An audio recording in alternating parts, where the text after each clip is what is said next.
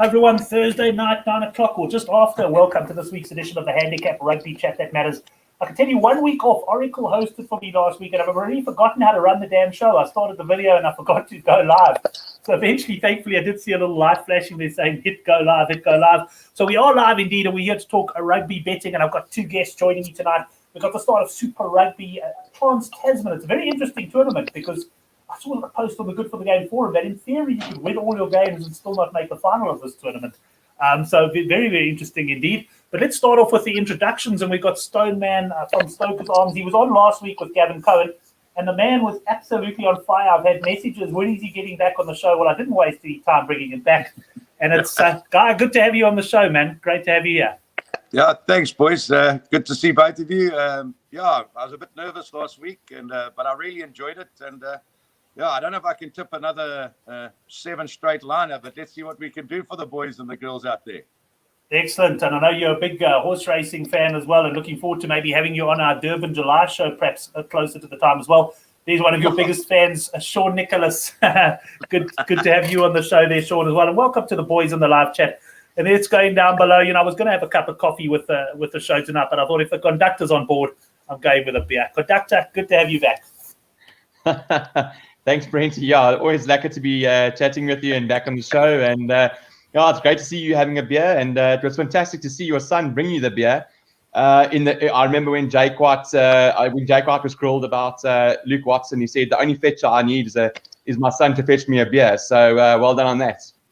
Yeah, in fact, I was just, Stoneman was on a little bit before you, and I said I'm going to message my son to bring me a beer. The reply was no, and I thought, geez, I hope the youngster's joking, but fortunately he has bought me one. He is hopefully playing his first game of rugby this weekend. He's had a bit of an injury, but he actually hasn't missed any of the games because Johnny COVID's got involved, and this has been off and that's off. But he should be playing his first game, and if he does play, it'll be live streamed. So yeah, I'll certainly send you a link, and maybe we have a couple of sly rams on the side on that one. But guys, great rugby to come this weekend. And Brendan, I'm going to start with you. We've got Super Rugby Trans-Tasman starting, where we got finally the New Zealand and the Australian sides get to play each other. Not like us, where we get to watch Bulls v Sharks 15 this weekend. And these guys get to have a go at each other now. And Brendan, tomorrow morning's the first game. It's the Highlanders up against the Reds. I initially handicapped this game Highlanders -4.5, and I think Thoughts on Sports was in the same sort of region.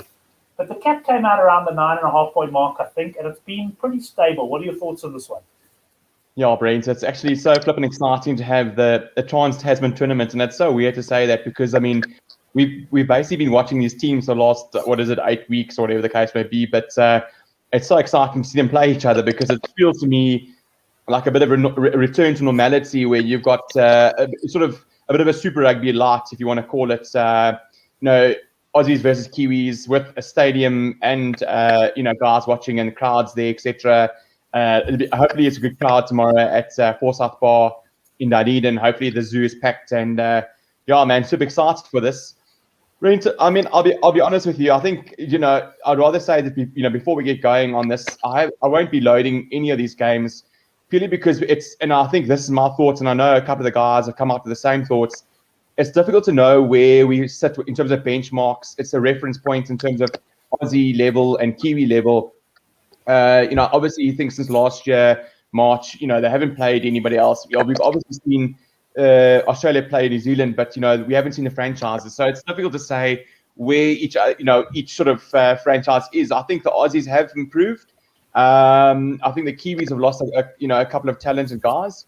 But, looking at tomorrow's game, it's a tough one to call. I was hoping it would have opened more towards choice or a slight Highlanders minus, purely because obviously the Reds have just won the Aussie tournaments, and Highlanders finished second last out of row tournament. So one would think that they would have given a bit more respect to the Reds, but I think if one looks at the caps, there's been no respect for the Aussies on these caps. The plus 9.5. You said plus 10.5 or plus 9.5? Sorry. Yeah, there's 9.5. I've looked at play bets and Sunbet now. See, there's 9.5. Total points is a matter of interest, 56.5. I did the Good for the Game preview earlier. I went 55.5. So there does seem to be a bit of money for points. My personal view is points will flow. So what are you going to give us there, Brendan? Anything?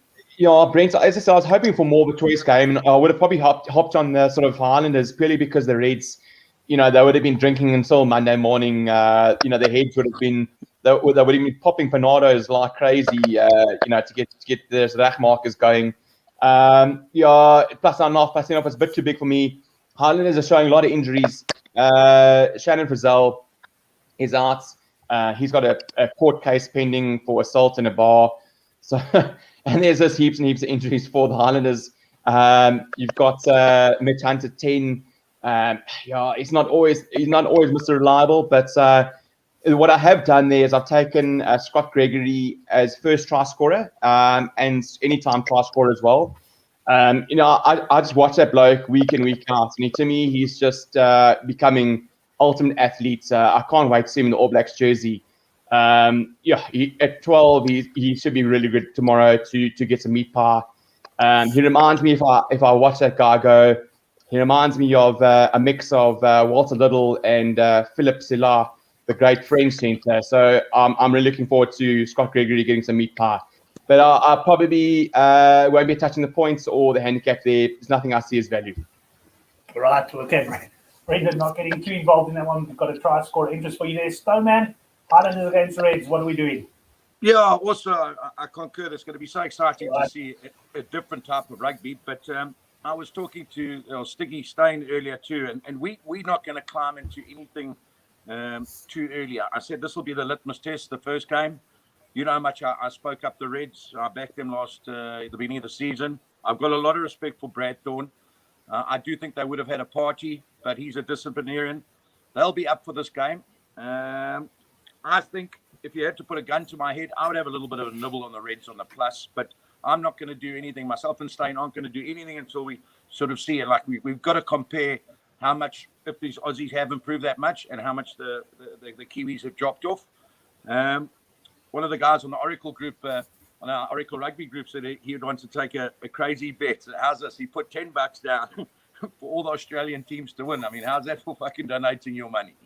Yeah, no, that's donating your money. It's one thing for the Aussies to beat the handicap, but absolutely no way they win all of the matches there. But yeah, it's very interesting because I've spoken to a lot of people over the last couple of days, and some people haven't really watched a lot of the rugby the last few weeks, and they're adamant Australia are going to lose all the matches.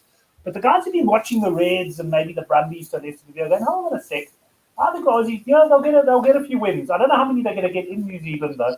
But we got some. But I actually think this is a weekend perhaps for total points, and I like my bet 55.5 total points. I'll be quite firmly involved on points come the morning. I don't know where the points are going to come from. In other words, I don't have a firm view on the handicap, so I'm not going Highlanders or Red points. I'm just going overs here. I think we're going to see plenty of points in this opening game.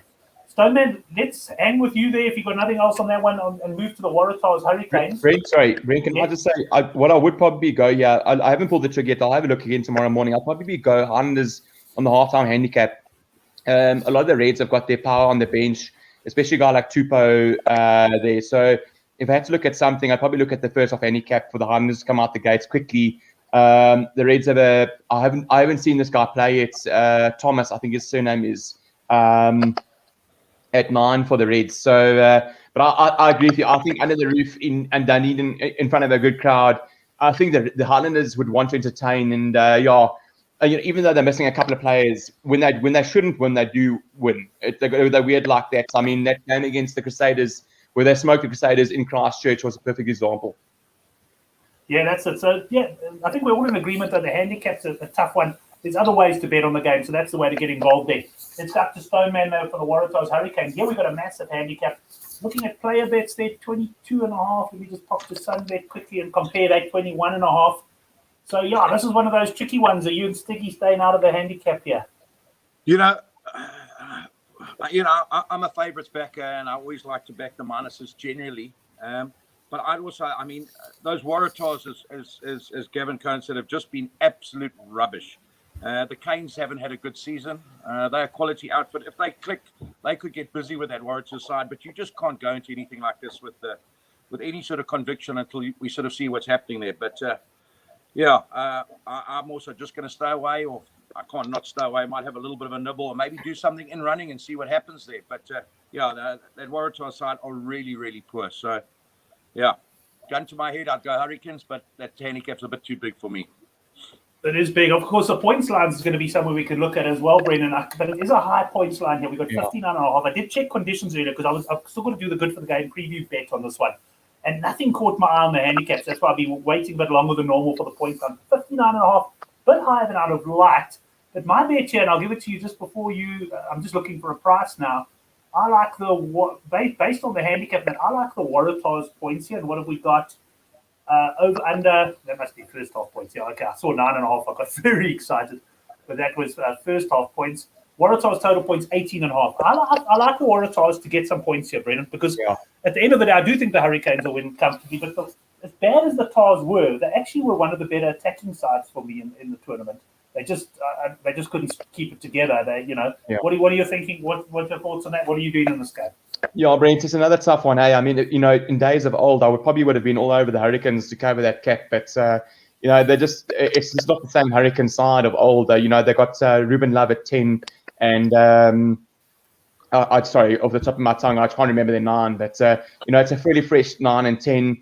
I think it's Umaga Jensen and Billy Proctor at 12 and 13. If in days of old, if it was Vince Aso and Luamape at 12 and 13, I think it would have been a different story. Julian Xavier is not in the draft either. They came last in the utter. It's once again, one mistake. Context. They came last in the Aotearoa. They weren't fantastic. Look, the competition was a lot tougher for them. But I just think they're missing. Also missing a guy like Ardie Sevier. He is huge for them in terms of turnovers. Duplessis Karifi does tend to give away a lot of penalties. It's also tough to judge where the Tars are in terms of their rebuilding, because obviously once Rob Penny left, it looked like they had a bit of an uptick against the Force. They were poor against the Rebels in that last game, but a guy like Isa Parise, I like him. I've always enjoyed a guy like Jack Maddox. No one go to RC. Yeah, I think they're left wing. Well said, son. Well said. Yeah. Another 2 whiskeys and I'll get 100%. So I think, as far as I can remember, Jake Gordon is back. They're missing Carlo Tizzano. He's a bit of a loss, but to me, this is a bit of a rubbish game written all over it. I've taken the Tars plus 24.5, plus 25.5, and I've also taken Waratahs 15-1 to win the game. It's sport, and 15-1 at home is a bit of a silly price to me. I'm happy to be involved there with a bit of beer money. Look, I can see the Waratahs taking absolute spanking. I think we all see 50, get 50 getting put past them and missing tackle after tackle. But that's my bet. And Brent, I agree with you. I'd rather look at the Tars points overs than the Hurricanes points overs there. I think 40.5 is a lot of points to cover. They really need to motor the entire game through, where maybe one or two tries from the Tars and you're halfway through to your Tars overs bet there. That's it. I think it's safe to say if you're 15-1 Tars to win arrives, I'll be very disappointed if my Tars over 18.5 points doesn't arrive. I can tell you that much. Just to welcome some of the other guys on the live chat, we've got Dave Cooney joining us on Facebook. He's on the Tars plus 24.5. Johan Wurstays in the end. And Oraclepedia, who of course is better known to us as Oracle Rugby. I still think he must change his brand back to Oracle Rugby. Get rid of this Oraclepedia. Oracle Rugby is how we know this man. He's in the live chat. Oracle, I'll definitely be having you up on again soon. And yes, Stoneman was a hit last week with you, so he's very much back on the show this week. Let's stick with you though, Brendan, for the next game. Crusaders against the Brumbies. Big handicap here. We've got the Crusaders minus 18.5. And one thing about the Crusaders, they won the tournament in the end fairly comfortably, but they didn't put sides away like the Crusaders of old. Is this handicap too big? Sure, Brent. It's a very good Crusaders side they put out there. I thought they might do a bit of a rotation and show a bit of disrespect to the Brumbies, but they put out a quite a mean side. Incredibly tough in Christchurch.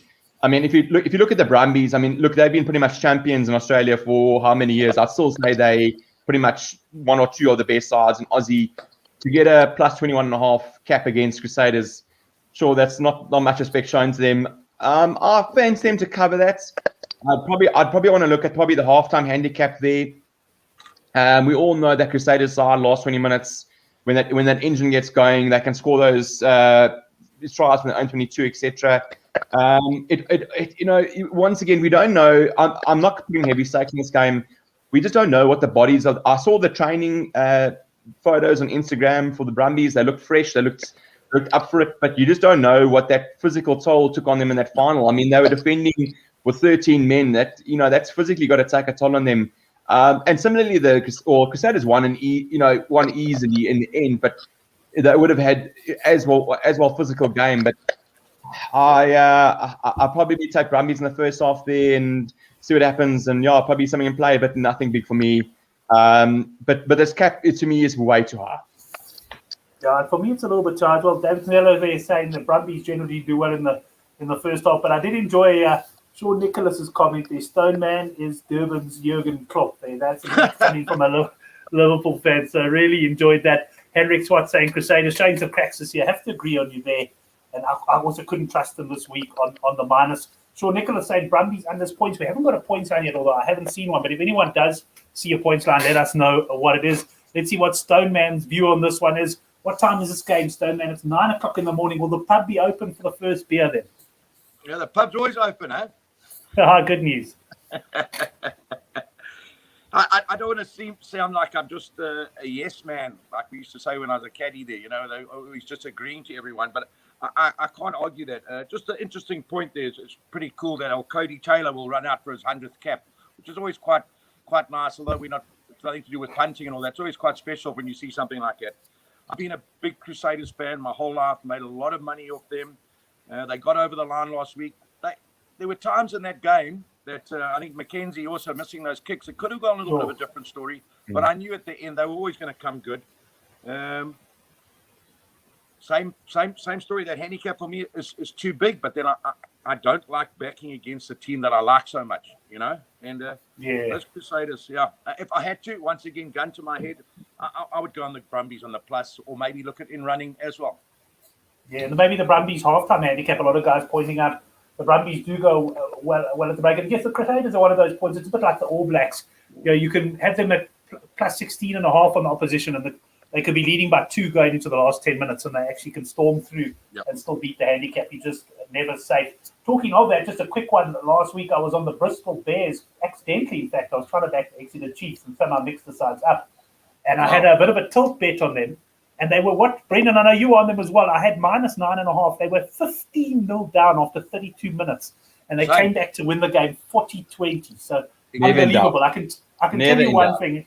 If they'd lost, I had a big enough bet that it would have put me out for a few weeks. So anyway, as it is, I'm very much back in the game. Stoneman, let's move on to the next game. Rebels against the Blues. Rebels certainly underperformed, I believe, in the Australian Conference. They should have probably made the playoffs. They didn't. They just struggled to score tries, quite frankly. And then the Blues, well, what more can we say about them? That was the Blues of old. Promised much, delivered little, but they are big favourites here in Melbourne. 16.5 points. Stoneman, what are you doing on this one? Also, a little bit the same now. I've also made my mistake so many times by thinking that the Blues are just going to turn that corner. And I've got to drop his name. There's a chap by the name of Bert Toohey. He's an ex-New Zealander. A Kiwi guy. He's larger than life. He often hosts all the New Zealand teams when they come out here. You'll see him down there at Kings Park. He's one of the regulars at the pub. And he said to me this evening, he says, you can't back those coconuts. And those Blues can play like coconuts sometimes. They look like they can put any team away, and then the next minute they can play rugby that the kids under 14Cs are play better. So once again, I don't know with that one, but I've got to back the favourite team, but I'm weak myself and Stain aren't getting involved in that game at all for now.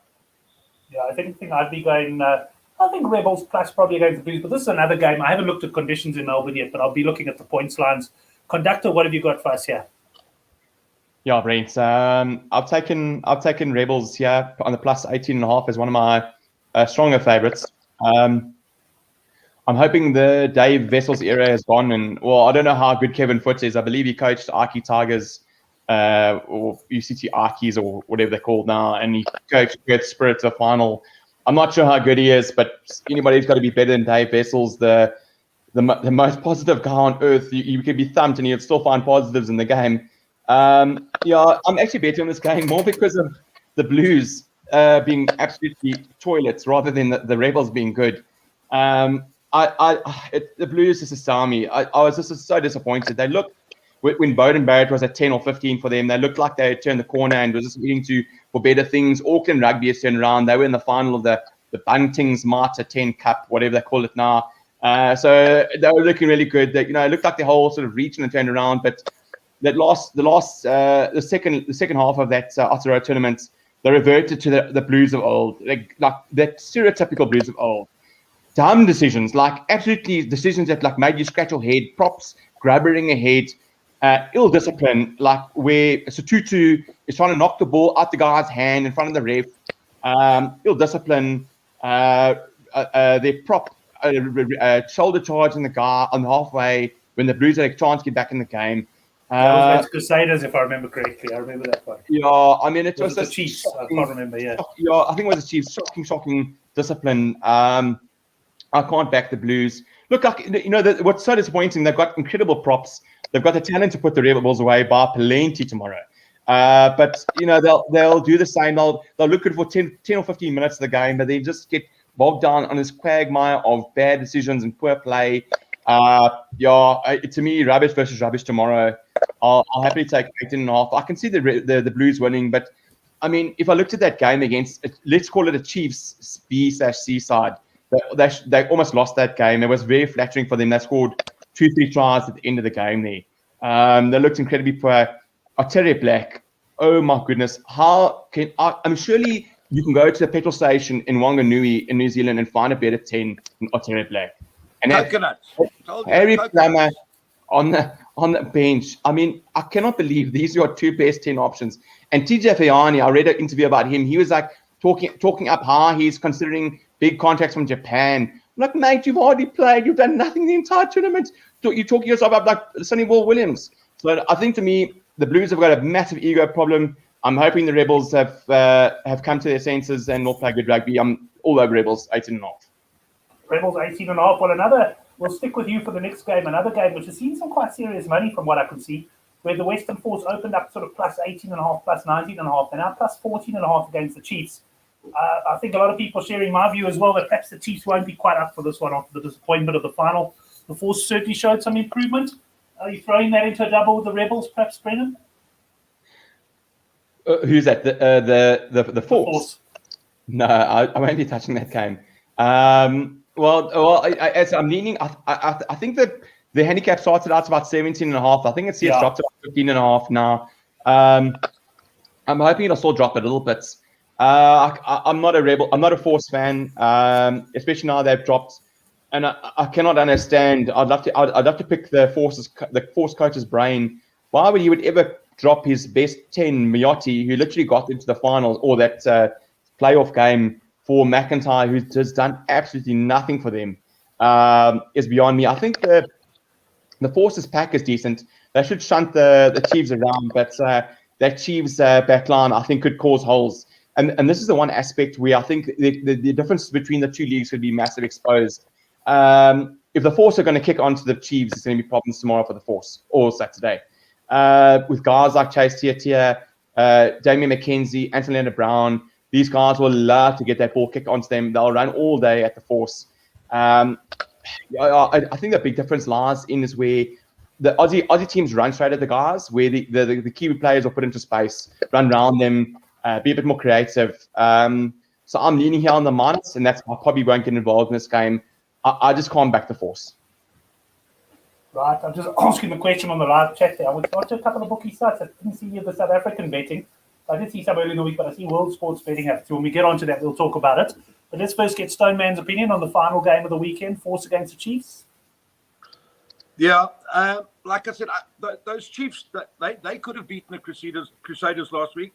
I think McKenzie didn't have his greatest game. He's a great footballer. And like we were just saying earlier, if they do play the wrong game, those Force, the Chiefs could get very busy with them. I think the Chiefs also, it's a week after losing a game like that, but they'll want to get up for this game big time.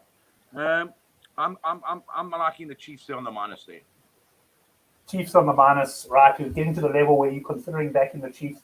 I did take a bit of Force early on the plus, so I'll probably hold my position there for a while. A lot will probably depend how the rest of the day goes for me and what sort of mood I am in firing into this one. Right, gents, that's the end of Super Rugby Trans-Tasman. Let's move on to Rainbow Cup South Africa. I've got some betting here at World Sports Betting.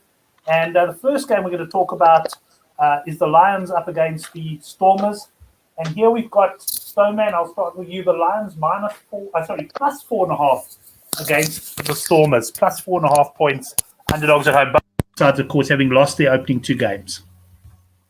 Okay, well, I copped a bit of flack from all my mates that stayed down in the Republic of Western Province about my comments about Mr. Dobson last week, but I said it is my own personal opinion. But this week, I am going to support the Stormers. The Lions are going to run a lot of teams close. Like the coaches after every game, we tried hard. Yes, they said they could have beaten the Bulls. The Bulls were always going to win that game. The Sharks let it go towards the end of that game. They were never going to win those games. The loss of Giankees has been massive for them this season. They will give 100%. They will give a full game of rugby. They're just not good enough for me. And I think the show ponies from Cape Town are going to be too good for the Lions. We've got a multiple that we're trying to work out. I was going to take a bit of Stormers on a big one on an outright, and I'm not too scared of minus 4.5. I think they'll get busy with those Lions. I really do.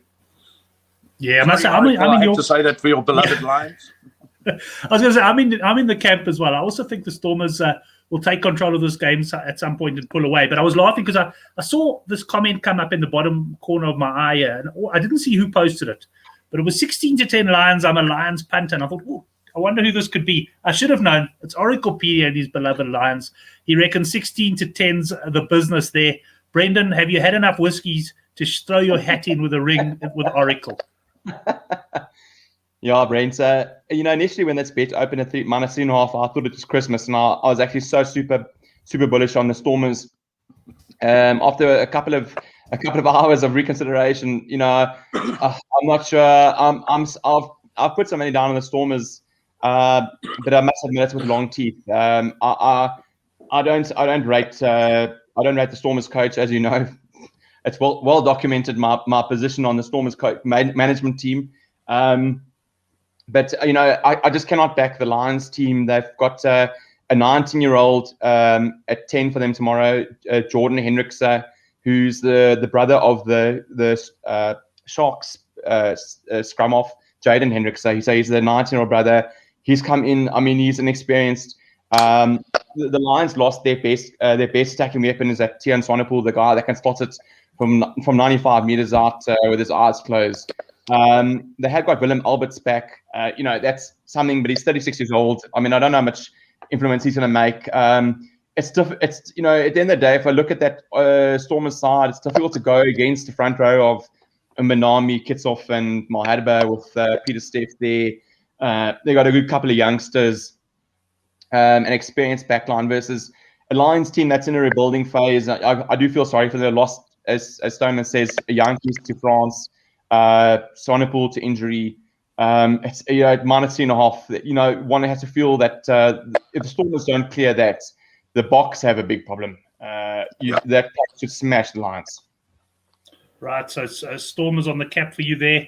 Oracle, I see you suggesting maybe you and Stoneman can have a little bit of bet there, given your fancy on the Lions and him on the Stormers. So by all means, propose one in the live chat, and I'm sure we can get Stoneman to take that one up.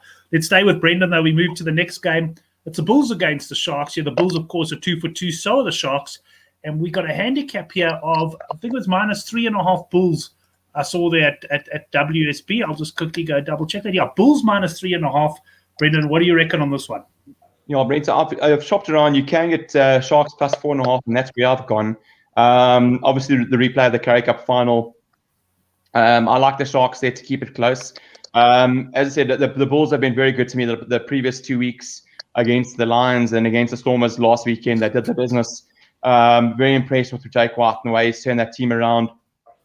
I just enjoy Cohen Bosch at 10.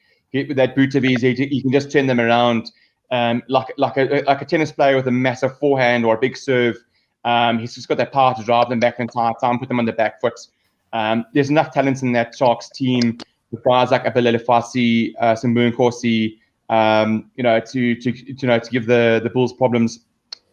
The Bulls, they should have been further ahead last week with Matosh Conway dropping 2 hitters. They've been good to me, but I just fancy the Sharks there. it's it's nothing like, I'm not sort of more statistics. It's more of a gut feeling. I'm obviously a Sharks man, but I just feel the Sharks will keep it close there. Right, interested to see what Stoneman. I think I see some nodding head there. Stoneman, you're on the Sharks in this gun. I know you come from that part of the world.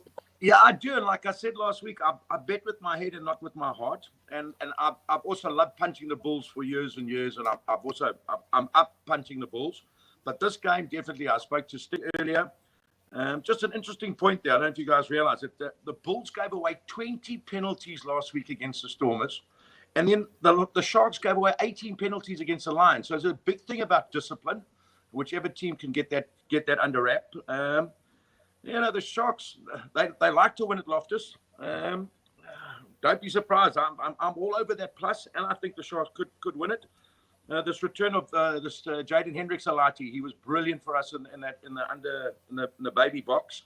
Also, maybe shows you what type of game that we're going to use, because he kicks very well off the base of the scrum. I love the Sharks setup. I speak highly of what Sean Everett's done down there. Wayne Farley was chatting to me again last week. There's a good feeling down there. It's a good team, and that Bulls side, I don't think Mornay's going to save them. I don't think he's going to save them this week. I'm all over the Sharks. All over the Sharks. Well, I'm going to share my bet for you on this game now, but let's first bring Oracle suggesting a bet with you here, Stoneman. He's saying no cash on the table. Lions +5. He'll be on. No bet. +5. No bet. So you need the Stormers by 6 or more. He needs the Lions within that. If you win, he will come and work in your bar on a Saturday night and entertain the crowd. I'm not too sure if that's a win for you or not, Stoneman. And if he wins, he's going to bring 8 of his mates. So he's actually going to bring his 2 mates and go find another 6. And they're all going to come and broadcast the Good for the Game show on a Thursday night and obviously spend a few bucks. So, Stoneman, I'm sure you're on with that bet, eh? I have to take that bet. Excellent. Well, let me tell you guys, you're on there, Oracle. I'll tell you, and I'm interested to know what Oracle likes in this game, because I think the Sharks are the bet here. I like the Sharks on the handicap, but I'm probably going to pull a bit of an Oracle here and say I'm going for the Sharks on the board. I saw 14, 15 to 10. I think they can beat this Bull side. I really have been quite impressed by the Sharks. Aside from that first half against the Stormers where they were outplayed, they came back well in the second half. And I did feel last week, I think, Brendan, it was you said it, that they really stepped off the gas against the Lions. I think they can beat this Bull side that, for me, is relying a little bit too much on their defense at the moment. And it's kind of like winning games where you're starting to think, they were perhaps a bit fortunate there that they won it. And I think the Sharks are going to win this game, and I'm going to be taking them on the board at 14 or 15 to 10. So that brings us to the end of the South African Super Rugby. I'm going to have a look around. I know you guys love your European footy as well, so let's have a look what else we've got here. And, plenty of Rainbow Cup. I'm not even going to try and go through every game of the Rainbow Cup and Gallagher, but perhaps just start with the Rainbow Cup Pro 14, and Brendan, start with you. Anything you fancy there in particular in the Rainbow Cup? Brendan, it's tough. I think Munster should drill Connacht. Connacht looks like they've announced a bit of a B side to play Munster. Munster quite strongly. The cap is high. I haven't taken anything there. I think the cap is about -16, -17. I haven't touched that as yet. It's similar with Leinster. Leinster have announced pretty much an Irish starting international side versus Ulster. Ulster lost one of their key men in John Cooney. Once again, massive cap. I'll probably stay away there. Nothing really else on the Rainbow Cup interests me. I may get involved in Benetton to beat Zebra. I think it's about 4.5 there. I may get involved in that, but that's about it. I won't touch the Welsh games. It's just difficult. It's difficult to give an opinion without the teams being announced, because there seems to be a lot of rotation. The guys aren't really taking this Rainbow Cup too seriously. It looks like 1 week they're up, 1 week they're resting. So it doesn't look like they're playing for anything there. So I wouldn't be spending huge cash on this tournament if I was anybody else. You're only going to end up losing. Well, we'll come back to you for thoughts on the Gallagher Premiership as well, but let's go to Stoneman. Rainbow Cup, the Pro 14 team. Stoneman, anything stand out for you on the weekend? Yeah, myself and Sticky were talking, going on to that first game there, Munster Connacht. I mean, Connacht burst into the lead 16-0 up against Leinster last week, and then Leinster woke up, and then that was an annihilation. myself and Sticky, we leaning on the Connaughts at the plus 17. And this Munster's a really, really quality side, also very well coached by that Brent Graham. The last time Connaught beat them there in Limerick was in 2015, so that's not going to happen. But that's quite a big spread there, and we're leaning towards a little bit of the plus 17.5 there. Also, we're not going to throw the rent money at this, but we'll have a little bit of interest in this game, and we're taking that with a double into Leinster.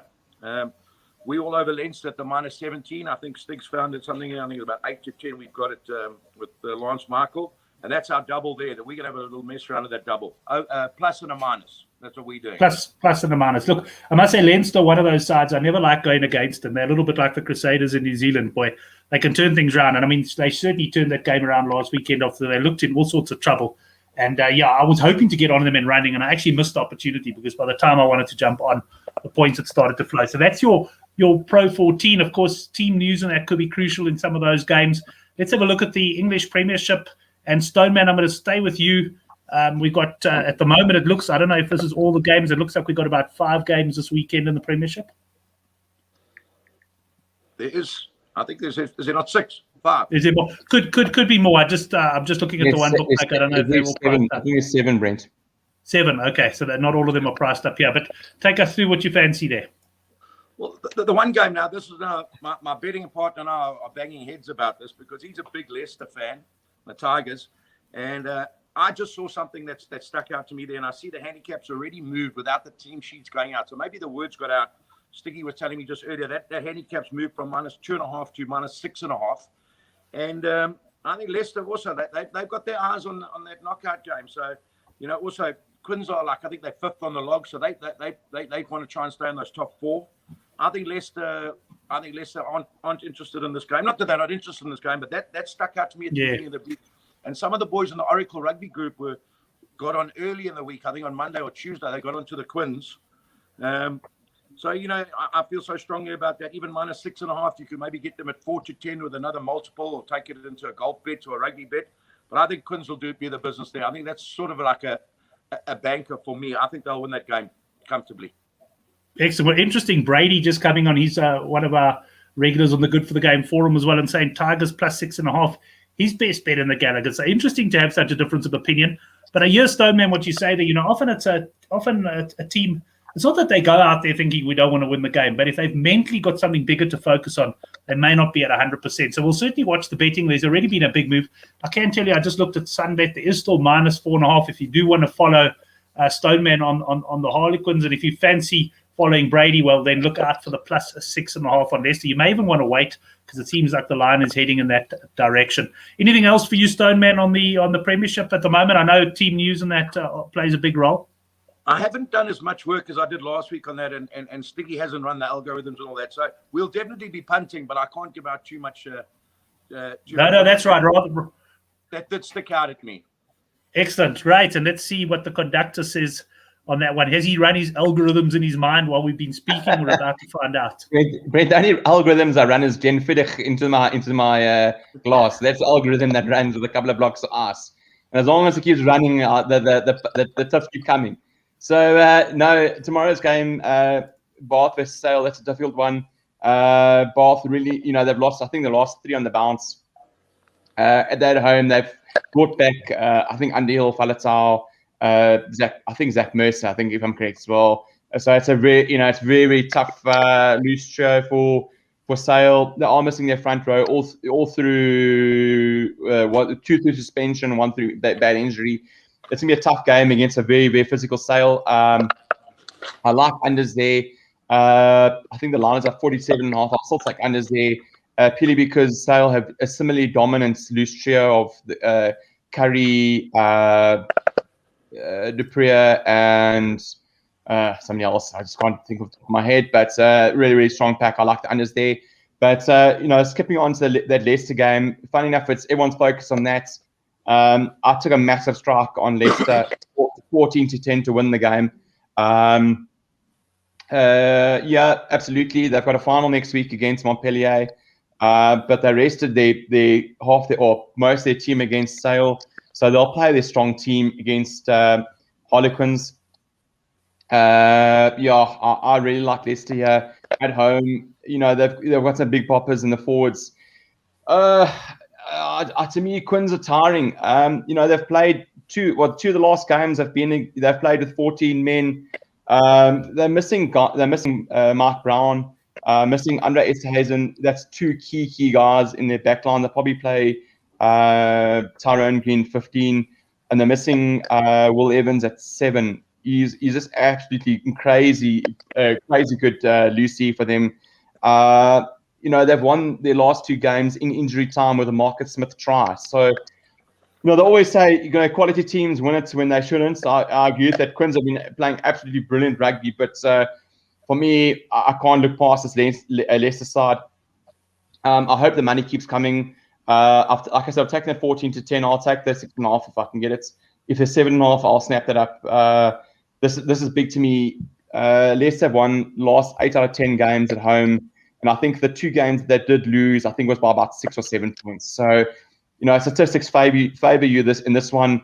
To me, Quins is looking a bit thin now. They're losing these players. They didn't have scrum dominance like they should have against Wasps. They should have lost that game. They didn't. But I just wonder what playing with 14 men have done a physical toll for these guys. Leicester's not an easy place to win. You know, their coach has really steeled them in a sense. And I fancy the Tigers here. Well, I don't think we could get 2 panelists with such differing opinions on a game as this one. And Brady coming in on the side there. And, I mean, I was all after hearing Stoneman. I was logging onto some of my accounts to take the -4.5. And then after hearing Brendan there, I'm still logging onto my account to take the -1.5. No, just kidding, Brendan. You did sell me there on that. But yeah, some good difference of opinion. And as Brady is saying then, I don't know who he's talking about there, like a wise man said, once they have the wrong favourite, yeah. You agree with that, Brendan? Yeah, Brent. As I said, I understand the psyche of why guys are punting the Quins. They're thinking that the Leicester Tigers will want to rest the guys for the Montpellier final, but they've rested the guys already. So I don't understand. They wouldn't rest the guys 2 weeks in a row. I expect them to play a full strength team. To me, I mean, in playing sport, you always want to win to go into the final. You don't want to be going into final on the back of a loss. As I said, you know, with their full strength back against a slightly tiring Quins side, I'm all over Leicester. The other bets I really like, the last game of the weekend, I think it's the last game of the weekend, London Irish versus Exeter. I think the cap is -10.5 at the moment. Yes. So to me, that's too low. I think Irish played this full strength team. I think they were only missing Sean O'Brien and maybe 1 or 2 guys against Newcastle, and they got thumped. This Exeter side is scarily big. Guys like Stuart Hogg, Henry Slade, Sam Simmons is just, Sam Simmons can equal some crazy try scorer stat if he scores against the Irish. He just can't. He loves a meat pie like Benton Afuna loves food. And he's just scoring like there's no tomorrow. So I really like that -10.5 against London Irish. Right, Exeter, they're always a nice team to get you out of jail if necessary at the end of the weekend. I know Hendrik Swat and the boys, son of a punt, I think pointed it out first, that they were playing into a massive wind last week and got on them, even though they were trailing 10-8, I think, to Gloucester, got on the -12.5. That's actually the bet I was intending to take when I ended up backing the Bristol Bears. But anyway, if you want to read more about that, it was what my Citizen article was about this week. But let's go over to Stoneman, because Stoneman, before we wrap up with the best bets, you showed us a beer you're drinking there. What brand is it? I didn't see it the first time, so I'm bringing it on the bigger screen. Black Label. Zamalek. Lovely. Okay. Excellent. I saw Gavin said he saw it. When is Brady back on the show, says Oraclepedia? Yeah, very keen to have Brady on. We've got such a wide range of guests now. So I normally drop a guys a couple of notes out early on, you know, you're keen to go. And some weeks it's like the first 2 guys you message, and other weeks, you know, and I try and spread it around a bit. But if anyone's keen to come on the show, obviously they just have to get hold of me. I always enjoy the fact when I get the guys volunteering up front. But let's move into the best bet section of the show now. And Stoneman, a bit of pressure on you after last week. Let me first of all say that I'm with you and Stiggy there. I like the Harlequins argument a bit better than the Leicester argument. You know, I look at the Reds force from a couple of weeks ago. Yes, the Reds wanted to win the game, but they weren't there mentally, and that's why the Force beat them, because they had a final to come. And I think we're going to get a similar situation here, but we'll see how it all pans out. What are your best bets of the weekend? Well, it's sticky at me. I must admit, after I felt like the Quins and the conductor's argument was so good, I'm thinking to myself, what have I done here? But, we're not going to throw red money at that. My best bet for the weekend still, I like the Sharks. I'm going with the Banana Boys. Like I said, this weekend for me and for Stiggy, it's just still too many unknowns for us. We had a phenomenal weekend last weekend, and sometimes you don't want to go give it back the next weekend when you're just picking games just for the sake of picking them. So we're gonna tread with a lot of caution this week. But gun to my head, I like that Sharks bet, and I didn't look too much into the English rugby. The conductors got me all excited in the Exeter Chiefs. Excellent, Stoneman. Let's see what the conductor labels as his best bet or best bets for the weekend. Yeah, Brent. For me, it's between the Leicester Plus and the Stormers. I'm going to be hitting Stormers there. I hope they don't let me down. I haven't seen the team, but I'm hoping maybe Hershey Yankees is back for them. If not, I'm going to put my trust in Godwin Masimba or I think I can't remember the reserve scrum off there. I'm hoping they do the business. If they don't do the business, there's going to be issues. Stormers need to put that Lions team away. And like I said, Leicester Plus. I understand what you said about the Reds. And there is a tendency to sort of focus on next week. But for me, Steve Borthwick will tell the guys, listen, we're not going to lose this game to go into the final where we've lost the game the week before. We've been pumped. So the big boys will be back. Jasper Wiese will be making huge runs from the back of the scrum for the Tigers. So those are my two better bets. I wouldn't say my best bets. I'll be honest, Brent. I'm not investing huge cash in this weekend. There's nothing that I really want to throw anybody's granny's pension at like a share max and lose everyone's parents' money on this one. So there's some decent bets, but nothing I'm going to throw huge cash at. Yeah, one of those things. That's what Brendan Vessel says on a Thursday night on the Handicap show. Come Saturday night, I can assure you this man is throwing huge cash all over the place. Gents, I don't have a best bet yet. I must say, you're giving me food for thought. I was leaning certainly towards the Sharks, but if you haven't subscribed yet to our newsletter, go down below, hit the subscribe link. It's a free mail that just comes out on a Friday. I share a couple of thoughts and a bet. I'm not on the best of runs, I must tell you. So, take whatever I put in there tomorrow with a pinch of salt. In fact, if I was Stoneman and Brendan, I would be wishing that, in Stoneman's case, that I would switch and back Leicester, because that's kind of my form at the moment. Good to see Chris's name here. He's back from a bit of a break. Good to have you back on the show there, Chris. And thanks to all the boys on the live chat. Brady, Oraclepedia, Henrik, I know, was there as well. Sean Nicholas as well. Peter Paul. Thanks, boys. Always good. You make the show. And it's been great having you on. Lots of rugby to look forward to this weekend. We've also got a bit of Varsity Cup next week. Let's have some closing thoughts from the boys. Yes, Stoneman. Brent, just quickly, I'd just like to give the boy a punt. You can see I've got this beautiful golf cap on. A buddy of mine, Jeff Chandler, started this company called Swing Daddy. They make unbelievable funky clothing. And it's the type of stuff that John Daly would wear. So if you're a golfer out there, you got to get the stuff. And then talking of golf. Bit of a suspect name, that Swing Daddy. But anyway, carry on. It's good to see my very, very good friend Glenn Murray back on the bag with Sergio. And for those golf punters, and I see, yes, those two are like Ricky and Ernie. They get together more and married than Richard Burton and bloody, Elizabeth Taylor. But Glenn's back on the bag with Serge. At the Colonial, I think it's Colonial, wherever it is, they won before, and I bloody put the TV on just now. They shot 7 under. So he's back in the honeymoon. I wouldn't be surprised if Garcia wins one this weekend. Yeah, and Garcia, I must tell you, back in those days when I backed him, he won the 2001 Nedbank Challenge. Still a victory I talk about all the time. Bought myself a new bike with that, and then he won it again in 2003. I wasn't on him when he won the US Masters, but I've never been happier for a golfer in my life than when Garcia broke his major duck. I was very, very chuffed for him. Just wish I did have money on him, but that was great. Oraclepedia saying, if the Stormers beat the Handicap, the show will be live next week at Stokers. Oraclepedia, I saw your best bet. You like the Lions and you like the Bulls. So you and me, we're very much in opposite camps this weekend. Guys, thanks for a great show. Great to my guests. Have a great weekend. And boys, let's hope the bets roll in, and look forward to seeing old Stiggy's algorithms on Twitter as well. Thanks, everyone. Have a good one. Thanks, boys. Cheers, boy. Thank you.